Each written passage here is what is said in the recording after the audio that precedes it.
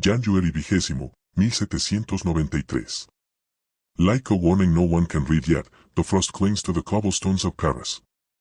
In a second-floor window of the Tuileries Palace, a single candle flickers where a man once called Europe's most Christian king sits awake, writing letters he knows will never arrive. The air smells of yesterday bread and wet stone. Somewhere in the Marais, a baker opens his shutters. The hinges crack. That sound, metal on metal, will be the leitmotif of this day. Outside the Temple prison, where Louis XVI has been held for 4 months, the guards change shifts without ceremony. Their breath forms clouds in the January cold. They do not speak. There is nothing left to say. The trial concluded 3 days ago. The vote was counted.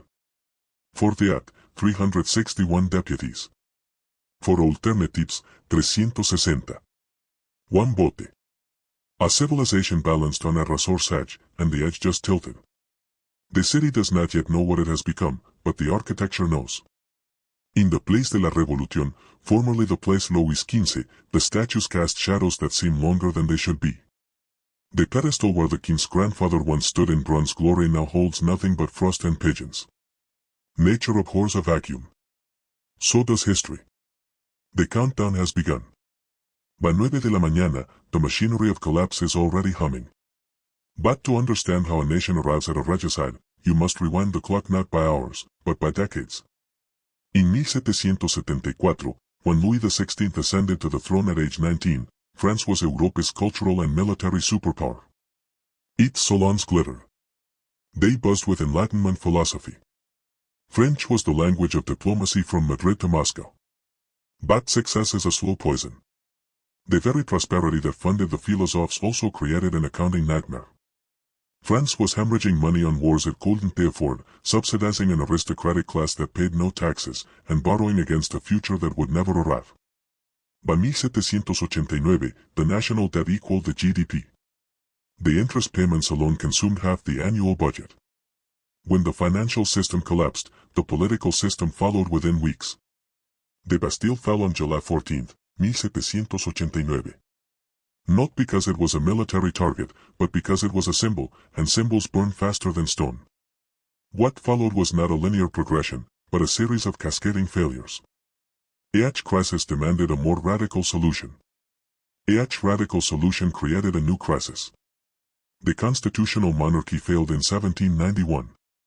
The flight to Varennes, Louis' botched escape attempt, transformed him in the public imagination from a reformable monarch into a confirmed traitor. By September 1792, the monarchy itself was abolished.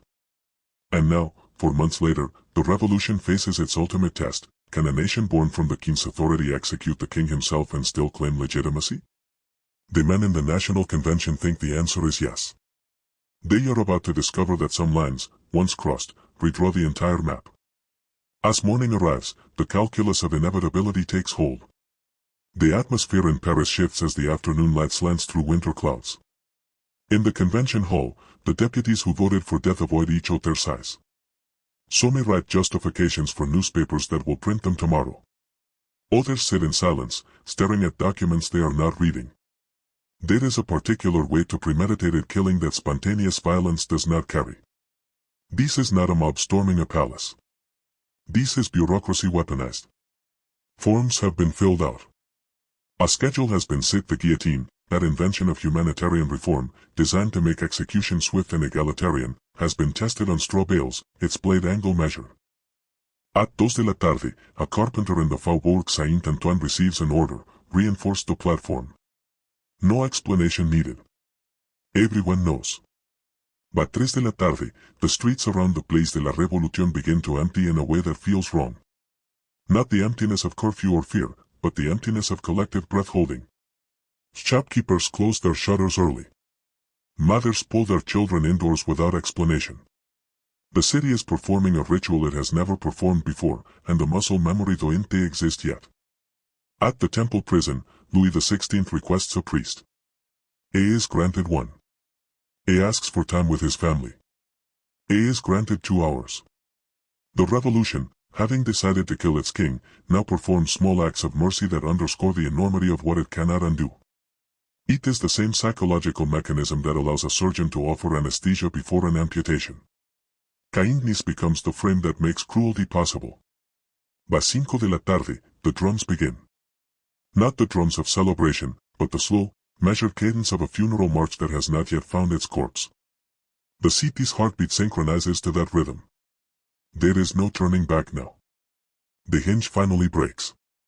This is the hour when language fails and symbols take over. The carriage arrives at the Place de la Révolution under a sky the color of old iron. Torches burn in geometric patterns around the scaffold, not for illumination, but for ceremony. The crowd is vast and silent. Silence is the sound of a society watching itself commit an irreversible act. No cheering, no jeers, just the creak of the scaffold boards and the horses, breath steaming in the cold. Louis XVI steps down. He is 40 years old.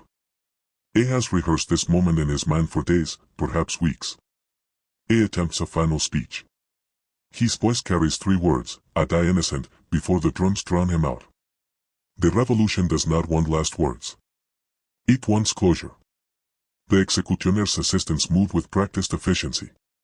Their movements are choreographed, almost mechanical, theater disguised as procedure. In the crowd, a young artillery officer named Napoleon Bonaparte watches from the periphery, his face unreadable. He will remember this moment.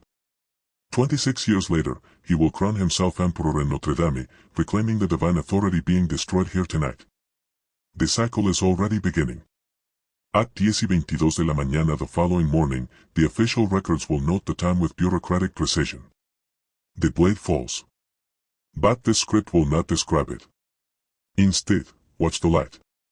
The winter sun breaks through the clouds at that exact moment, illuminating the frost on the surrounding rooftops. The shadows of the scaffold stretch across the cobblestones like the hands of a clock frozen at the moment of impact. A witness later writes that the silence broke into something worse than screaming, a collective exhale, as if 30,000 people had been holding their breath and released it all at once. Some hats are waved. Some citizens faint. Most simply stand, processing what they have just witnessed. The fire has consumed the law itself. The revolution has become something new. It has crossed the Rubicon not into empire, but into uncharted psychological territory.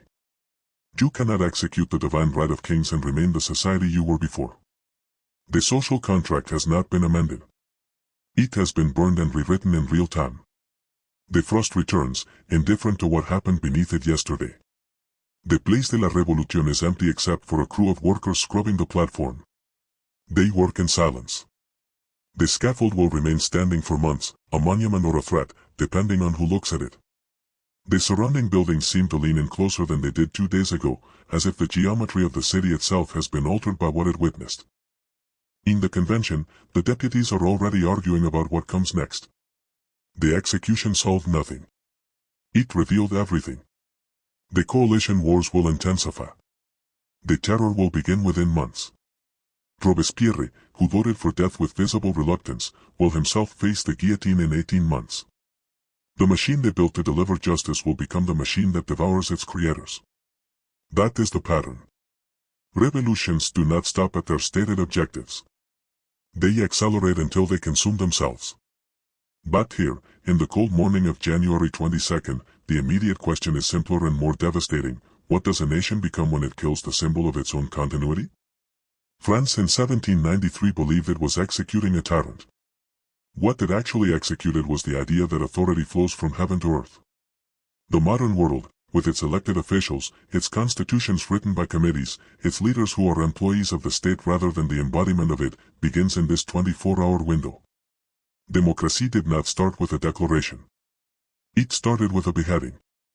And if you look closely at our own era, at impeachments broadcast live, at leaders dragged from palaces by their own security forces, at the algorithmic dismantling of authority itself, you can still see the shadow of that scaffold stretching forward across the centuries. The question the revolution asked in those 24 hours was not can we do this? It was, what are we after we do this? They discovered the answer the hard way. So have we. I remain committed to reconstructing the moments when history's compass spun wildly, pointing to futures no one anticipated. Together, we trace the lines that connect yesterday's revolutions to today's reckonings.